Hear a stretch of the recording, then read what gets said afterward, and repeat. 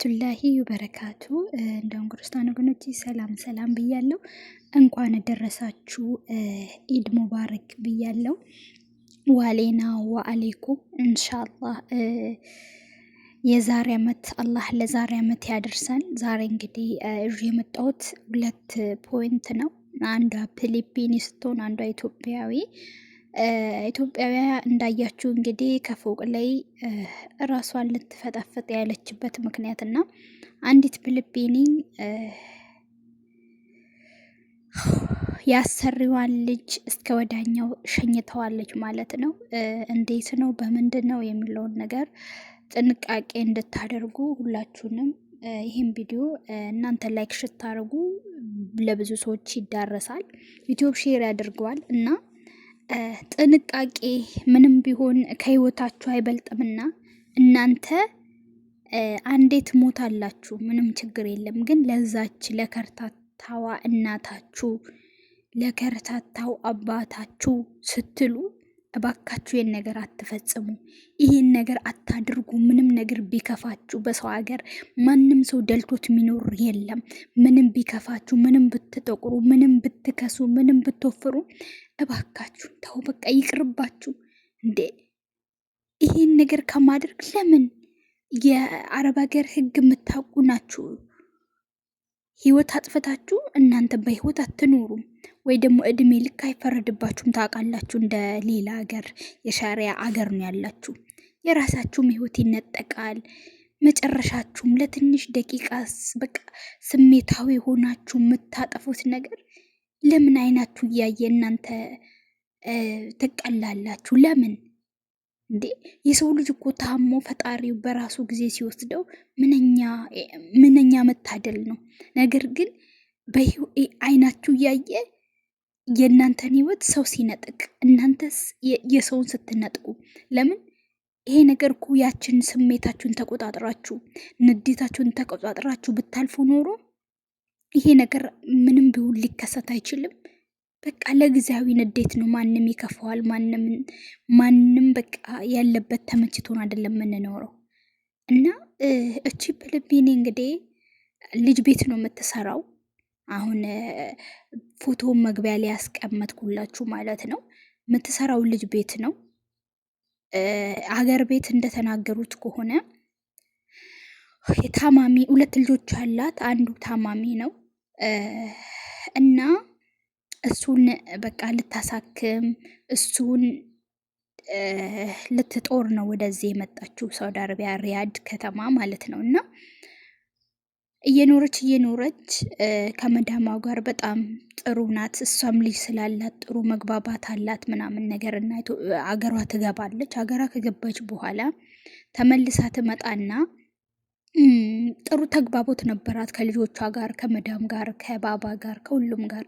እናማ ወደ ሀገሯ ትገባና ተመልሳ መታ 3 ወር ቁጭ ብላ ወደ ሀገሬ መግባት ፈልጋለሁ፣ በቃኝ፣ መስራት አልፈልግም ትላለች ማለት ነው። እና እነሱ እንግዲህ ያው እንደዚሁ ተነስታችሁ ሊሄድ ወደ ሀገሬ ስትሉ ዝም ብሎ አይሸኟችሁም። ይሄን ወቁ። እናማ አንሸኝሽም እንዴ ብር ከፍለን እኮ ያመጠንና አንሸኝሽም ይሏታል ማለት ነው። እና እንዴት እኔ በቃ መስራት አልፈልግም፣ ወደ አገሬ መግባት ነው የምፈልገው፣ ሸኙኝ ሸኙኝ ሸኙኝ ትላለች።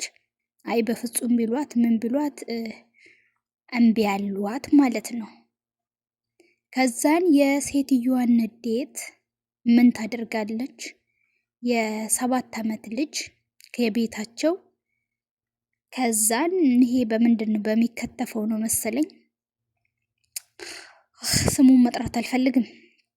በምንም ይሁን በምንም ግን እስከ ወዳኛው ድረስ ልጁን ሸኘችው፣ በመዳም ንዴት ማለት ነው።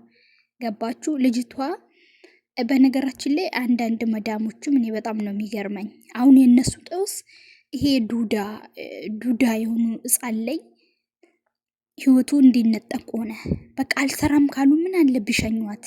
የሆነ የእሷ መታወክ የእሷ አእምሮ እንትን ማለት በቃ የሆነ እኮ እንትን ይላል። ምንድን ነው አንድ ሰው በቃ መስራት ካልፈለገ፣ አንድ ሰው ጭንቀት ካለበት እንደዚሁ ራሱ እኮ ማንበብ ትችላላችሁ። በቃ ሄዳለሁ ብሎ የተነሳ ልብ ደግሞ ምንም ብታረጉ እንትን አይልም። ምንድን ነው ምንም ብታረጉ በቃ ምንም ሊሰማችሁ አይችልም ማለት ነው። እና የመዳምን ንዴት በልጁ ተወጣችላችኋለሁ። እና ልጅ የምትጠብቁ አሮጊት የምትጠብቁ በቃ መዳም ያናደደቻችሁ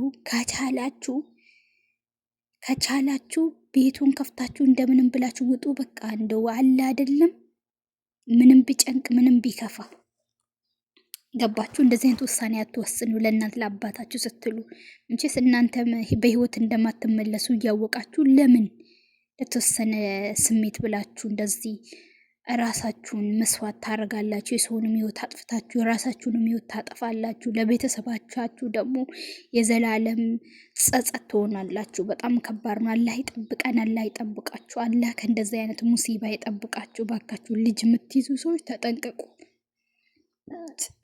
ቤተሰብ አይዶን ነው ብቻ ለቤተሰብ ያገረሳት እና እቺ ኢትዮጵያዊ ደግሞ መግቢያ ላይ ያያችኋት ከፎቅ ላይ ራሴን ካልፈጠፈጥኩ ብላ ነው እንትን ያለች ልጆቹን እያስቸገረች የነበረ ጓደኞቿን ማለት ነው። እና ጓደኞቿ እየቀረጹ እባካችሁን ድረሱን አድኑልን እያሉ ነበረ።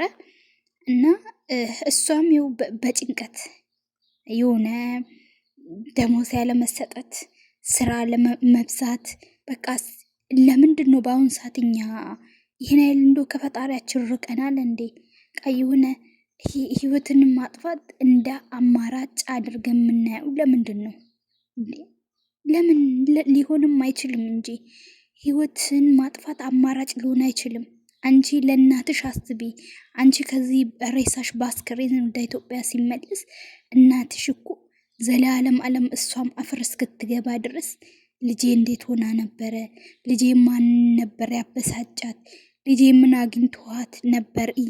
እያሉ እየተበሳጩ እያለቀሱ ዘላለም ዓለማቸው አፈር እስኪበሉ ድረስ ከአንቺ በላይ ቤተሰቦችሽ ናቸው። እናት አባቶችሽ የሚያዝኑልሽ እናት አባቶችሽ። እና ለምን ብዬ ነው እኔ ሞቼ አንዴ ሞቼ ሞታለሁ። ነገር ግን ደግሞ ለቤተሰቦቼ፣ ለወንድሞቼ፣ ለእህቶቼ ምንም ቢሆን በቃ የኬሌ ልጅ እኮ ከአረብ ሀገር ከፎቅ ላይ ራሷን ፈጥፍጣ ወደ ሞተች ቢባል ደስ ይላል። ለቤተሰብ ራሱ ደስ አይልም።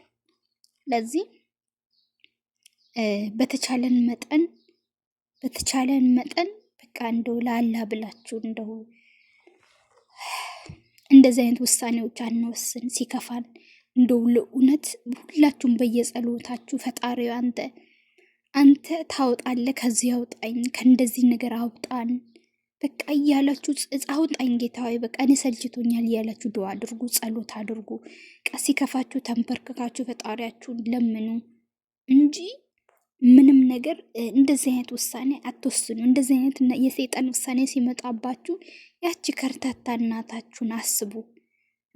ሳትለብስ ያለበሰቻችሁ፣ ሳትጫመት ያጫመታቻችሁ፣ ያኛው አባታችሁ በቃ ለራሱ ሳይበላ ያ ለእናንተ ዳቦ ኩሾሮ ያገኘውን ሰርቶ ይዞ ወደ ቤት የሚገባው እሱ በቃ ፊት ለፊታችሁ መጥቶ ድቅን ይበልባችሁ። የምንሬን ነው ምላችሁ።